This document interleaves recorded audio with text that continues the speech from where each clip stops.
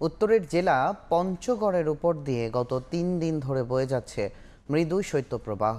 তাপমাত্রার পারদ ওঠানামা করছে ৯ থেকে ১০ ডিগ্রির ঘরে। কনকনে শীতে বিপাকে পড়েছেন দারিদ্র্য ও নিম্ন আয়ের সাধারণ মানুষেরা। শীতের আরও খবর জানাতে পঞ্চগড় থেকে সরাসরি যুক্ত হচ্ছেন রিপোর্টার সোহাগ হায়দার।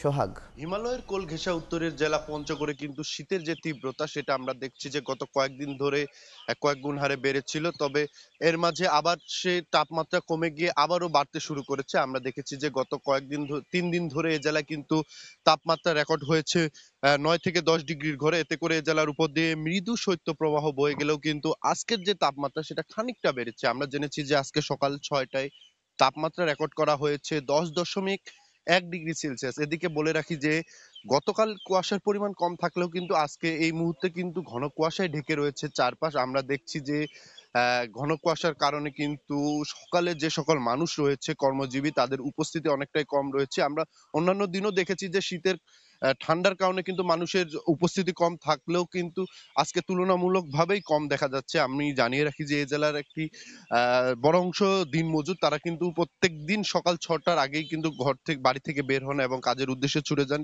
আমরা দেখেছি এর কারণে শীতের কারণে এই জেলার সে সকল মানুষ কিন্তু চরম দুর্ভোগের সময়টি অতিবাহিত করে। এই সময়টি একই সাথে রাতের যে সময়টি রয়েছে সে সময়টিতেও তারা কিন্তু চরম বিপাকে পড়ছেন। অনেকে বলছেন যে গরম কাপড়ের একটা অভাব রয়েছে তাদের। আমরা তেঁতুলিয়া আবহাওয়া পর্যবেক্ষণ কেন্দ্রের সাথে কথা বলেছি। পর্যবেক্ষণ কেন্দ্র থেকে আমাদের যেটি জানিয়েছে যে এই জানুয়ারি মাস জুড়ে কিন্তু শীতের যে তীব্রতা সেটা কিন্তু অব্যাহত থাকবে এবং ফেব্রুয়ারির দিক থেকে কিছুটা কমতে থাকবে এবং কমবে তাপমাত্রা।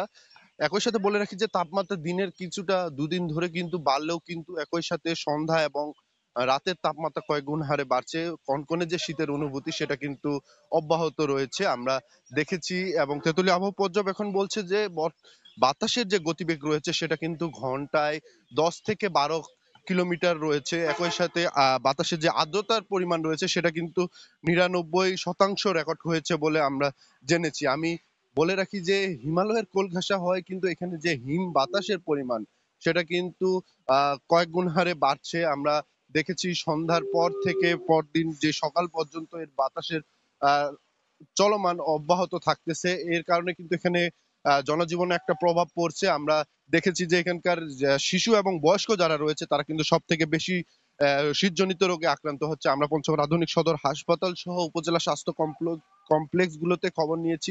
সেখানে কিন্তু শীতজনিত রোগী সংখ্যা বেড়ে চলেছে। আর এখানকার যারা বিশেষজ্ঞ রয়েছে তারা কিন্তু নিয়মিতই পরামর্শ দিচ্ছেন এই সময়টিতে যেন শিশু এবং বয়স্কদের প্রতি যত্নশীল হওয়া হয় সকলেই যেন। কারণ এই শীতের কারণে যত্নশীল না হওয়াতেই কিন্তু এই শীতের যেই আক্রান্তের সংখ্যা সেটা কিন্তু বেড়ে চলেছে। আমরা একই সাথে জেলা প্রশাসনের সাথেও কথা বলেছি। জেলা প্রশাসন বলছে সরকারি পক্ষ থেকে যে সকল শীতবস্ত্র বিতরণের প্রক্রিয়া রয়েছে সেগুলো কিন্তু প্রশাসন অব্যাহত রেখেছে জেলার ৫ উপজেলায়। অন্যদিকে আমরা দেখেছি যে এখানে বিভিন্ন সংগঠন বা বেসরকারি সংস্থার পক্ষ থেকেও কিন্তু শীতবস্ত্র বিতরণ করা হচ্ছে। তো সব মিলিয়ে বলা যায় যে পঞ্চগড়ের শীতের তীব্রতা দিন দিন বাড়ায়, কিন্তু এখানে যে সকল মানুষ রয়েছে নিম্ন আয়ের সাধারণ মানুষ রয়েছে তারা কিন্তু চরম বিপাকে দিন অতিবাহিত করছে এবং একই সাথে শীতের তীব্রতার কারণে কিন্তু অনেকে গরম কাপড়ের অভাবে রয়েছে বলে আমাদের জানিয়েছে। আমাদের বলছে যে তাদের পাশে সরকারের পাশাপাশি যারা বিত্তবান রয়েছে তারা এগিয়ে আসলে কিন্তু তাদের যে দুর্ভোগ রয়েছে সেটা কিন্তু লাঘব হবে। তো আবহাওয়া অফিস বলছে আগামী কিছুদিন আরো তাপমাত্রা বাড়বে এবং দিনের যে তাপমাত্রা রয়েছে সেটা দিনের তাপমাত্রাও কিন্তু বাড়বে এবং যে রাতের সকালের যে তাপমাত্রা রয়েছে সেটা কিন্তু কমে আসবে। তো এ ছিল আমার কাছে পঞ্চগড় থেকে শীতের সর্বশেষ খবর।